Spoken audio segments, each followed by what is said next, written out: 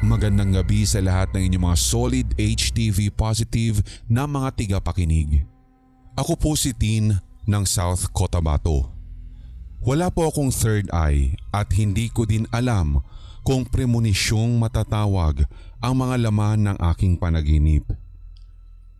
Simula kasi noong ako ay bata pa, kapag nakakatulog ako ng bandang alas 12 hanggang alas 3 ng hapon, ay mistula akong binabangungot. Minsan ay nananaginip ako ng masama, katulad na lamang ng mga senaryong kinapapalooban ng mga ahas, tubig, rumaragasang baha, minsan ay yung natatanggal ng ngipin o kaya ay sanggol na umiiyak.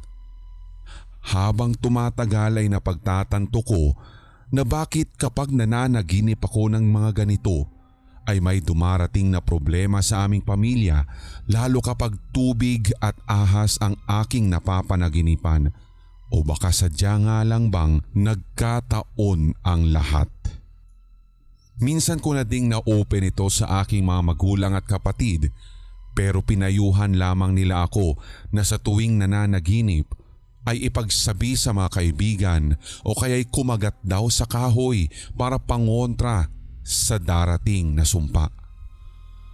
Pinayuhan din ako ng ilang kakilala na maglagay ng isang basong may lamang tubig o kaya naman Bible o rosaryo sa bandang kanan ng aking unan at huwag ko daw itong tatanggalin sapagkat pangontra ito sa bangungot. Parang effective naman siya, Sir Red, kasi simula nang ginawa o sinunod ko ang mga iyon maliban sa hindi pagtulog ng alas 12 at alas 3 ay hindi na ako nakakaranas na mabangungot. Bukod sa mga unang nabanggit, hindi ko rin malilimutan na minsan sa taong 2010, kauna-unahang pagkakataon na makakita ako ng White Lady. At dahil wala pa nga akong kamuwang-muwang sa mga kababalaghan sa ganitong edad, inakala ko talagang si Mama Mary lamang ang nakita ko.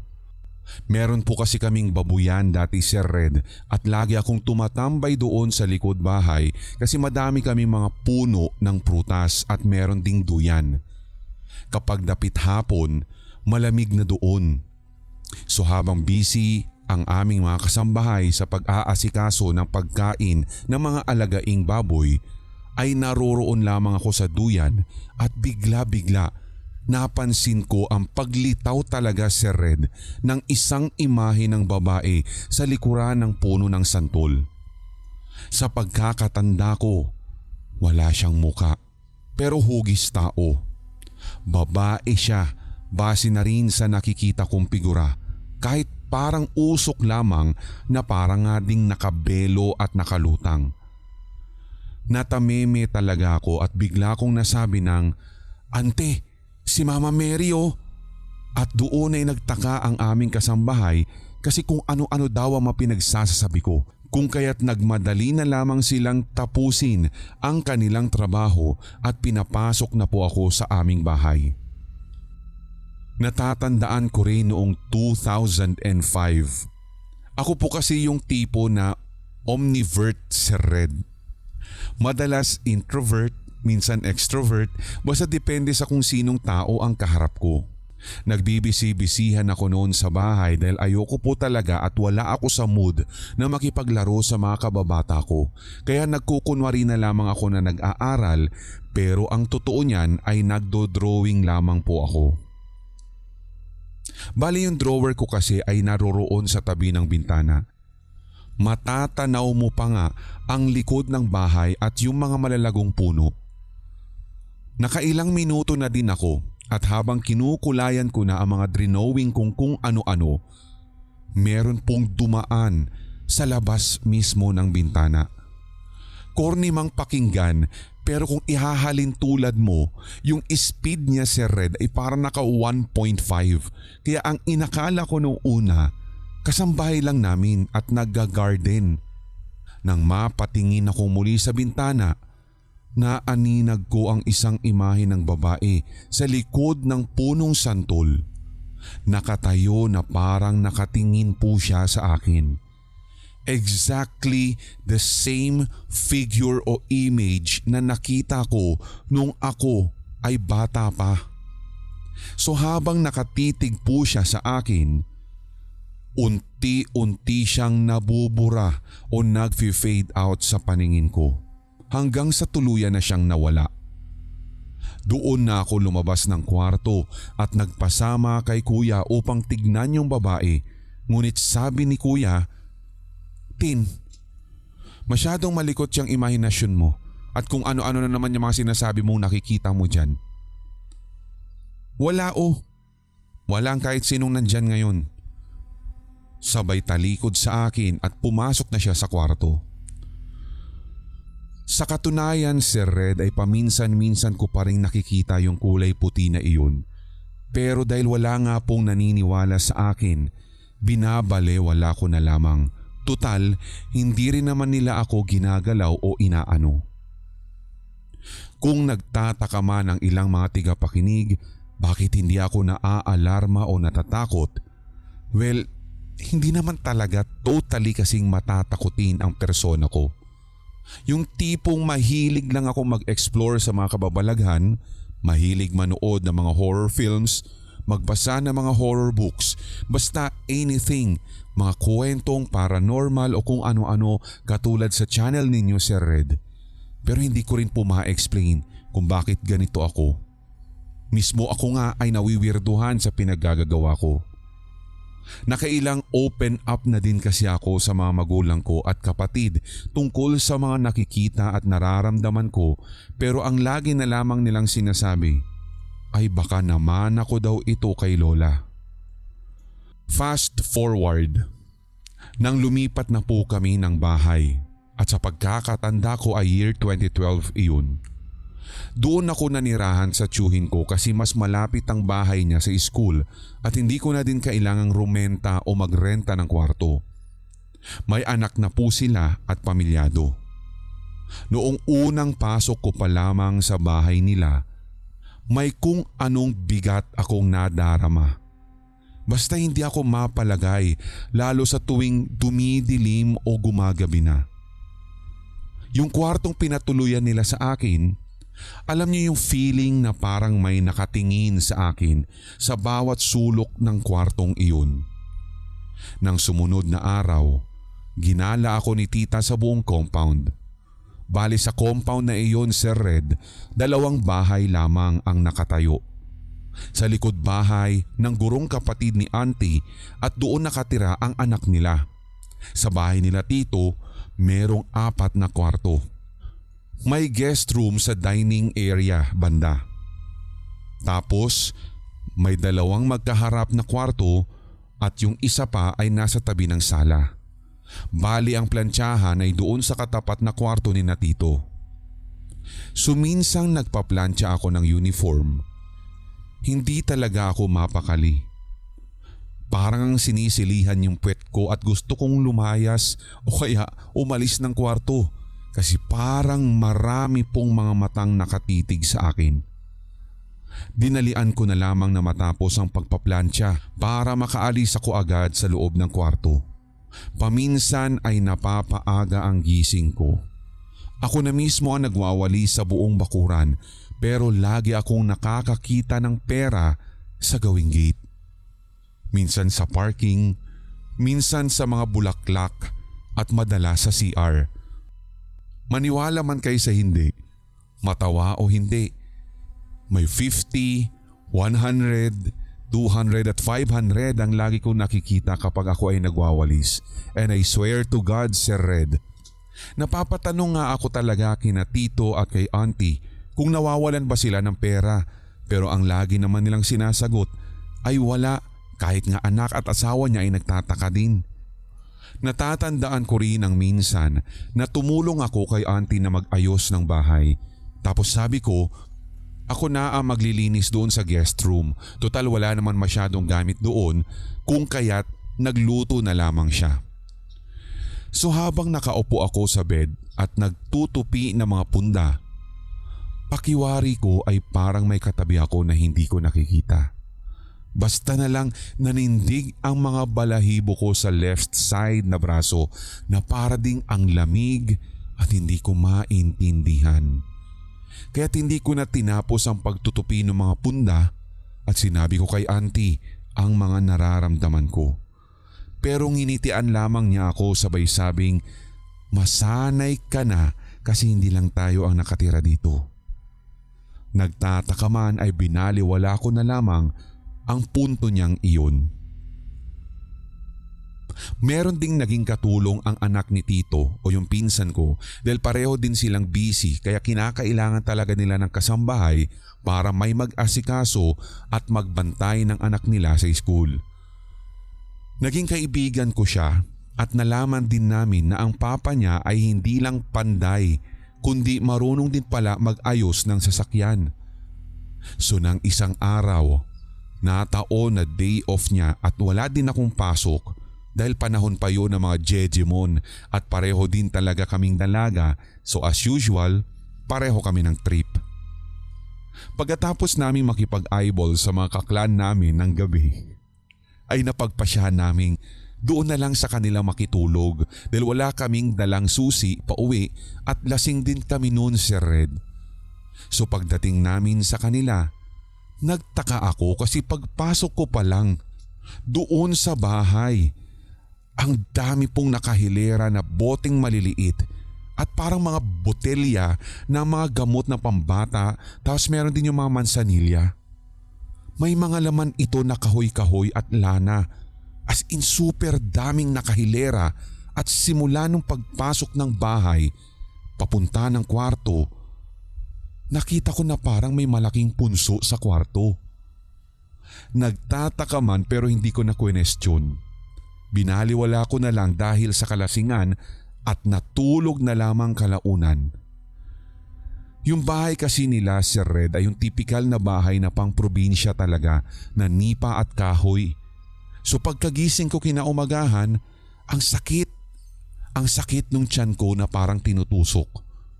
Sabi ng kaibigan ko ay baka nabati o may pinakialaman daw akong bote sa kwarto nila. Kaya sabi ko, wala naman akong ginalaw pero tinignan ko lang ang mga iyon. Nang makauwi ang tatay nila, tinignan niya ako at doon ko nalaman na marunong din pala siyang manggamot. Natatandaan ko pa nga po ang usapan nila ng kanyang ama. Oh, ano nangyari dyan at ba't namumutla yan, Rachel? Pa, masakit daw ang tiyan niya. Baka po nabati. At ibinaling niyang tingin sa akin at nagtanong, may ginalaw ka ba sa kwarto? Sumagot naman ako ng, wala naman po eh. Tiningnan ko lang po kung ano yung mga laman ng mga bote. Nako, nausog ka. Alam mong mga bantay namin yan? Mga kaibigan namin yan. Kaya wala kang dapat na ikabahala. So dinasalan niya ako tapos nilawayan ng tiyan.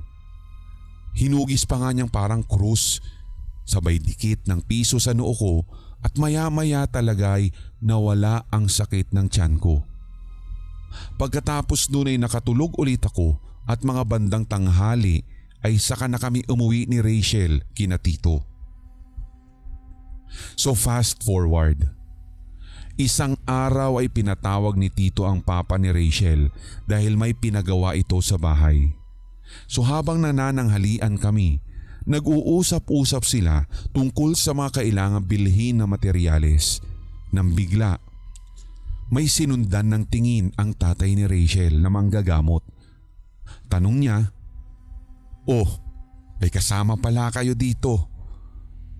Sabi ni Tito, "Nakikita nyo?"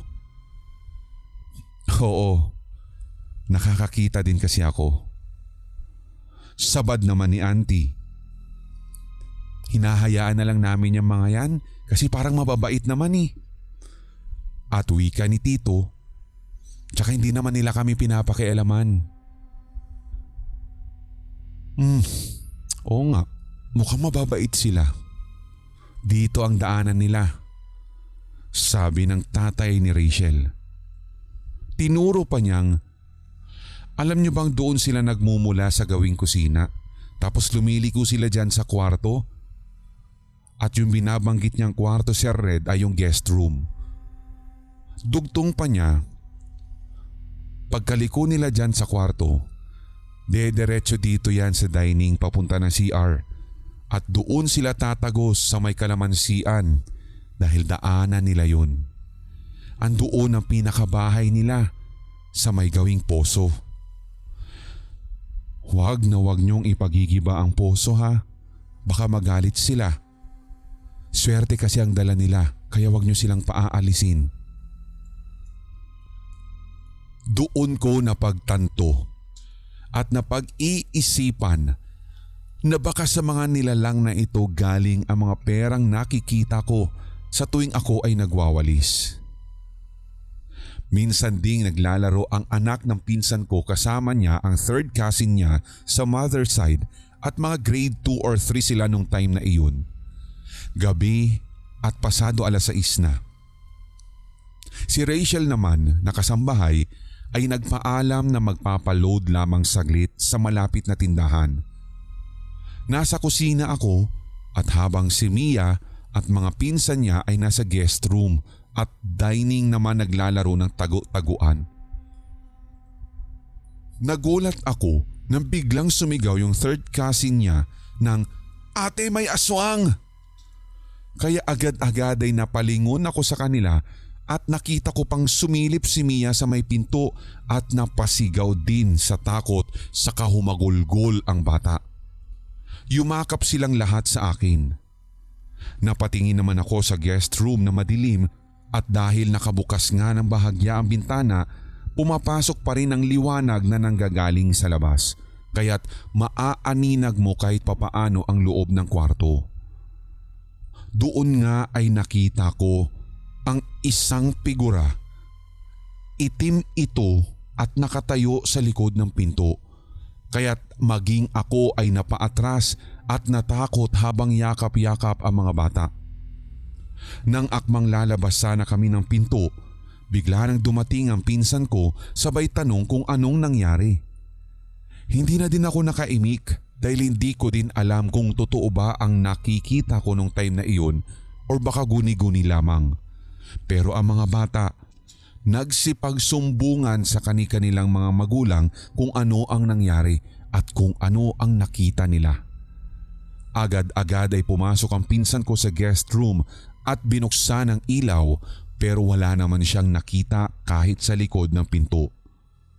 Ang pagkakadescribe ng mga bata ay kung ano din ang eksaktong nakita ko. Maitim, mabalahibo, matangkad, mapula ang mata at may pangil. Dahil natakot na din si pinsan ay nilock niya agad ang guest room at sinabing wag mo na daw naming bubuksan iyon. Isang umaga naman habang naglalaba ako sa poso, si tita naman ay abala sa kanyang kwarto. Nakaugalian na po namin na makinig ng radyo araw-araw. Si Rachel nagsasampay at habang naglalaba ako, napagkwentuhan namin ng tungkol sa mga naging manliligaw. So todo pang pang-aalas ka ako noon sa kanya nang biglang lumakas ang volume ng radyo sa loob ng bahay kung kaya't nagsitinginan kaming dalawa ni Rachel. As in parang sinadya siya, Sir Red, dahil biglang nilakasan talaga ang volume ng ilang segundo at sumilip si tita sa bintana sabay tanong kung, "Tin, pumasok ka sa loob?" "Hindi po, auntie.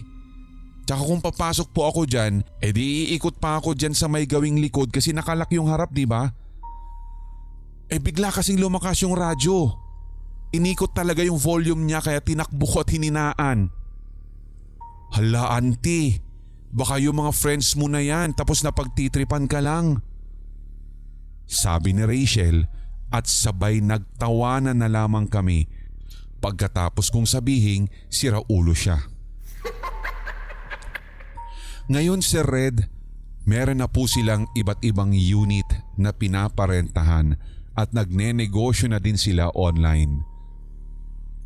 Hindi ko po talaga masasabi pero parang totoo na naghahatid ng swerte sa kanila ang mga nilalang sa bakuran o sa loob ng bahay. Kasi nag-boom lahat ng negosyo nila. Matagal na rin po kaming wala doon at pareho na din po kaming OFW ngayon ni Rachel. Yan lamang po Sir Red at maraming salamat sa pag-feature ng kwento kong ito.